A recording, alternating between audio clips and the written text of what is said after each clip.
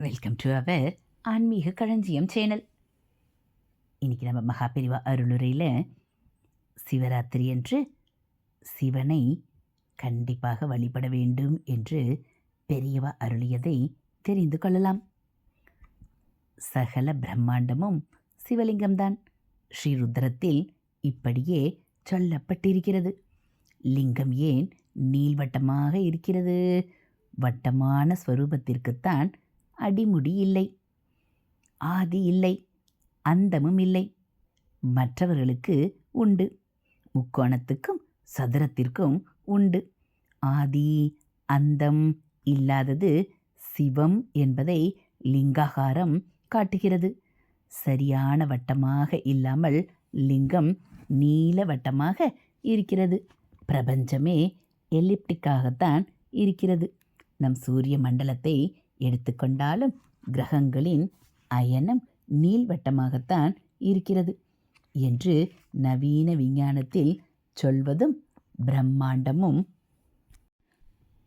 ஆவிஸ்புரத் என்று சாஸ்திரம் சொல்வதும் லிங்க ரூபத்துக்கு ரொம்ப ஒற்றுமையாக இருக்கிறது. அடி முடி எல்லை இல்லாமல் அவர் ஜோதி ஸ்வரூபமாக நின்றார். ஜோதிர்லிங்கமாக ஆகாயத்துக்கும் பூமிக்குமாக பரமசிவன் உத்பவித்த இரவே சிவராத்திரியாகும். அப்படி ஜோதிஸ்வரூபமாக பரமேஸ்வரன் நின்றபோது விஷ்ணு அவர் பாதத்தை பார்க்க பூமியை கவ்வும் இயல்புடைய வராகமாக பன்றி உருவத்தில் பாதாளத்திற்கு போனார். பிரம்மா ஹம்சம் அன்னப்பறவையாக பறந்து ஜோதிர்லிங்கத்தின் முடி தேடி போனார். 2 பேருக்கும் தேடி போன அடி முடி அகப்படவில்லை. ஆனால் ஹம்சமாகிய பிரம்மா நான் கண்டுவிட்டேன் என்று பொய் சொல்லியது. அதனால்தான் பிரம்மாவுக்கு பிரத்யேகமாக பூஜை இல்லாமல் போய்விட்டது. பரிவாரமாக மட்டும் வைத்து பூஜை செய்வதுண்டு. புராண ஐதிஹியத்தில் இப்படி இருக்கிறது. இதன் உட்பொருள் என்னவென்றால், பரமாத்மா ஆதி அந்தம் சிருஷ்டி பரிபாலனம் அனைத்தையும் கடந்தது என்பதுதான்.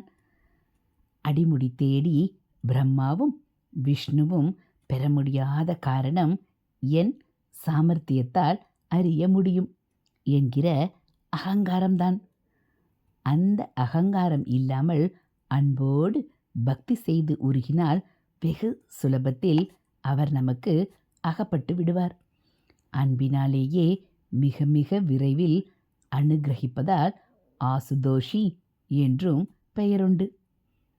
கேட்டவுடன் பாடுபவர் ஆசுகவி.